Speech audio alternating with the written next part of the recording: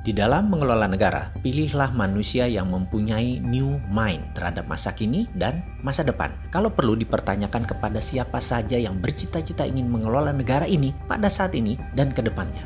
Pertanyaannya sederhana, apakah sekarang dunia masuk ke resesi atau decoupling? Nah, bisa nggak dia jawab? Faham nggak dia? Rinci nggak jawabannya, memandang dan memberikan solusi kekinian? Kita bantu deh memberi gambaran sekilas agar pemimpin tersebut bisa menjawab. Resesi itu menghitungnya dari hal yang umum, pertumbuhan ekonomi negatif. Kebanyakan ekonomi negatif terjadi karena faktor eksternal, di mana pemerintah yang pola pikirnya sederhana tidak pernah siap dengan keterkejutan. Namun, kalau decoupling itu perubahan fundamental dalam parameter ekonomi makro dan dalam kehidupan manusia. Dan entah bagaimana sejak 6 bulan yang lalu saya mengatakan sekarang decoupling. Bahkan sebelum COVID dan resesi saya sudah mengatakan sekarang decoupling. Ada kok rekam jejaknya saya mengatakan hal tersebut.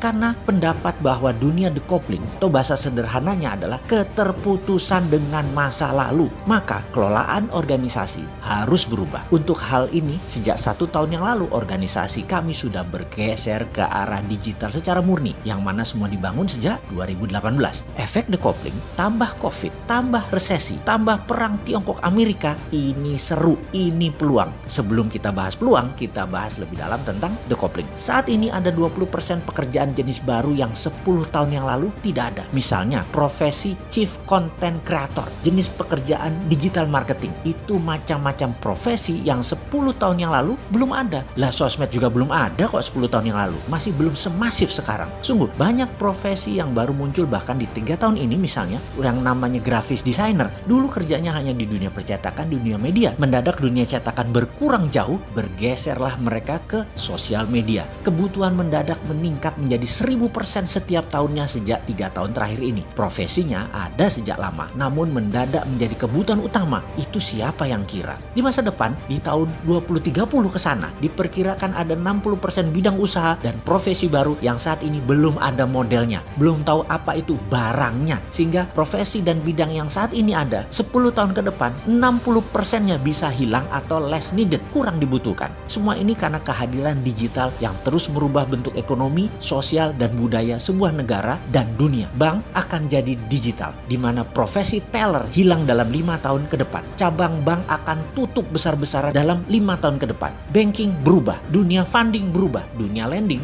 berubah juga. Aturan mainnya semua berubah. Hakim lapangan atau otoritas keuangan mendadak bingung dengan caranya dan cepatnya tumbuh dunia digital. Mau disemprit karena offside, mereka main kasti. Ya nggak bisa disemprit lah. Dilarang di Indonesia, mereka buka di Singapura, main lewat udara, langsung global. Pemerintah Indonesia nggak bisa apa-apa juga. Apalagi pemerintah yang gagap tidak bervisi digital. Sering keloloten, gelegean, dan kagetan. Bahkan militer pun didigitalkan saat ini. Kalau pengelolanya agresif. Tentara garis depan itu robot, bisa droid, bisa manusia dengan robotic arm atau leg, atau pasti terkoneksi dengan satelit. Bener deh, kalau saya kan sontoloyo, maka pasti saya ubah abis-abisan itu departemen sesuai dengan kebutuhan zaman. Pilar manajemen negara diwakili kementerian kita akan ubah. Ada 7 menteri utama yang mengerjakan Ipolek Sosbud Hankam. Departemen pertahanan berubah menjadi departemen perang atau Minister of War. 7 macam jenis perang harus punya deputinya. Military warfare, digital data informational warfare, economic warfare, biological warfare, dan lain sebagainya. Juga untuk Indonesia mendapatkan pemimpin terbaik, juga rapih tata kelola negaranya. Akan ada lagi yang namanya Dewan Pertimbangan Agung atau DPA. DPA adalah wakil dari para pemangku adat,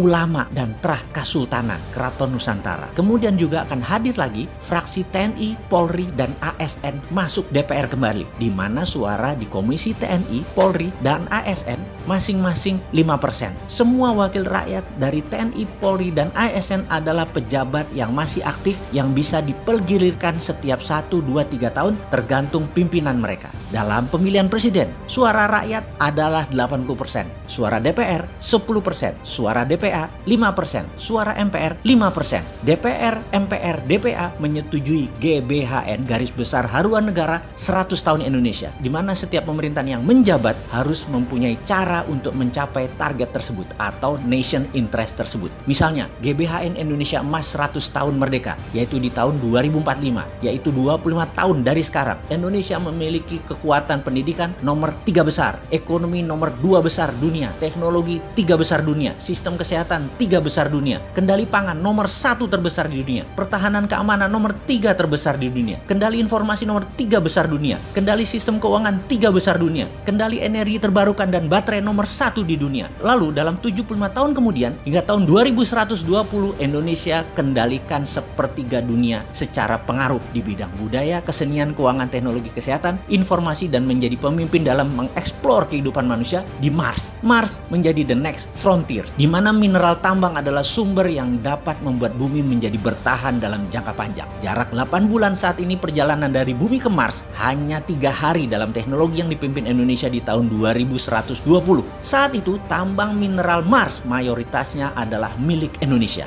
Ini sontoloyo kan otaknya? Ya begitulah kalau mau menang bernegaranya. Jangan menarget yang tanggung-tanggung. Masa mimpi aja nggak berani? Emang mimpi dibaserin?